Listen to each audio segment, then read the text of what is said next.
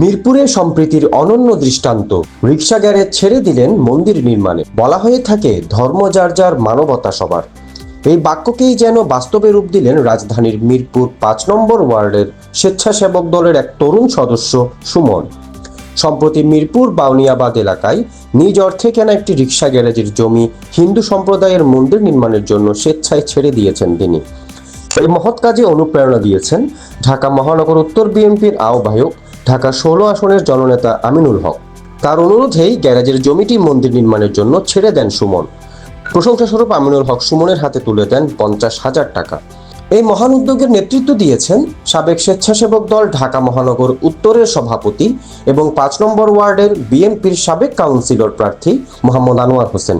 তিনি বলেন, আমিনুল ভাইয়ের পক্ষ থেকে সুমনকে ৫০,০০০ টাকা উপহার দেওয়া হয়েছে। সুমনের এই ত্যাগ ও দৃষ্টান্ত আমাদের সমাজে ধর্মীয় সম্প্রীতির অন্যতম উদাহরণ হয়ে থাকবে। সে প্রমাণ করে দিয়েছে হিন্দু মুসলিম ভাই ভাই, ধর্ম নিয়ে আমাদের সমাজে কোনো ভেদাভেদ নেই। এই মন্দিরে ঢোকার মুহূর্তেই আমাদের স্বেচ্ছাসেবক দলের একজন নেতা ৫ নম্বর ওয়ার্ডের, যিনি এই গ্যারেজটি কিনে নিয়েছিলেন টাকা দিয়ে, আমিনুল হক ভাই, তাকে আমাদের সেই সুমন এখানে উপস্থিত রয়েছেন। সুমনকে অনুরোধ করেছেন যে দেশের স্বার্থে, জনগণের স্বার্থে, সকল ধর্ম বর্ণের মানুষকে যাতে একসাথে আমরা এক জায়গায় থাকতে পারি, সেজন্য স্বইচ্ছায় এই জায়গাটি ছেড়ে দেওয়ার জন্য অনুরোধ করেছেন প্রিয় নেতা আমিনুল ভাই। তো আমিনুল ভাইয়ের সেই অনুরোধ রেখেছেন আমাদের প্রিয় নেতা স্বেচ্ছাসেবক দলের সুমন। তাকে আমরা আমাদের বিএনপি সহ সকল পরিবারের, মহিলা দল সহ সকল পরিবারের পক্ষ থেকে এবং হিন্দু ভাইদের পক্ষ থেকে ধন্যবাদ জানাচ্ছি। সুমন বলেন, আমি স্বইচ্ছায় এই জায়গাটি হিন্দু ভাইদের জন্য ছেড়ে দিচ্ছি। আমি অনেক খুশি এই জন্য যে ঢাকা ১৬ আসনের জননেতা, জনমানুষের নেতা আমিনুল হক ভাই আমার পাশে এসে দাঁড়িয়েছেন। আমিনুল ভাইয়ের সাথে জায়গাটা ছেড়ে দিচ্ছি। এলাকাবাসী আমার জায়গা আমি ছেড়ে দিচ্ছি। এলাকাবাসী আমাকে কি বলবো?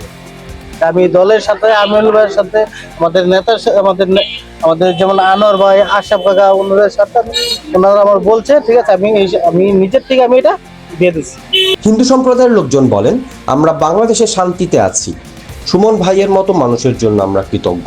আমিনুল ভাইয়ের এই সহযোগিতায় আমরা অভিভূত। সবার সাথে একে অপরের সুখ দুঃখ বন্টন করে নিয়ে বসবাস করতেছি। তাই তাদের মানবিক দৃষ্টিকোণ থেকে আমাদের ধর্মীয় উপাসনার জন্য একটা জায়গা প্রয়োজন।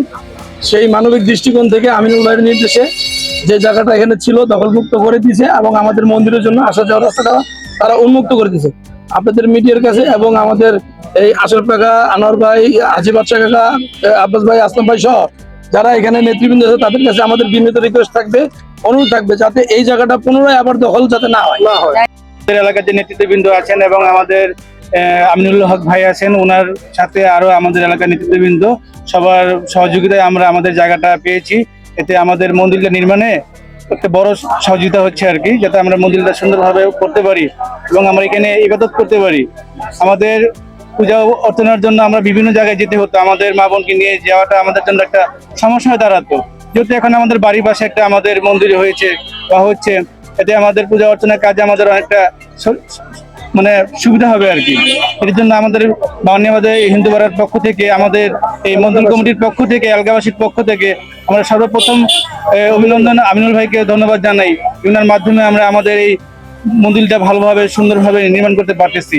মিরপুর ৫ নং ওয়ার্ড বিএনপির বিভিন্ন নেতাকর্মীরাও বলেন, আমিনুল ভাইয়ের এই উদ্যোগ আমাদের জন্য খুবই শিক্ষণীয় এবং সে প্রমাণ করে দিয়েছে আমাদের সমাজে ধর্ম নিয়ে কোনো ভেদাভেদ নেই এবং আমরাও এই ভেদাভেদ কোনো আশ্রয় বা প্রশ্রয় দিব না এই সমাজে।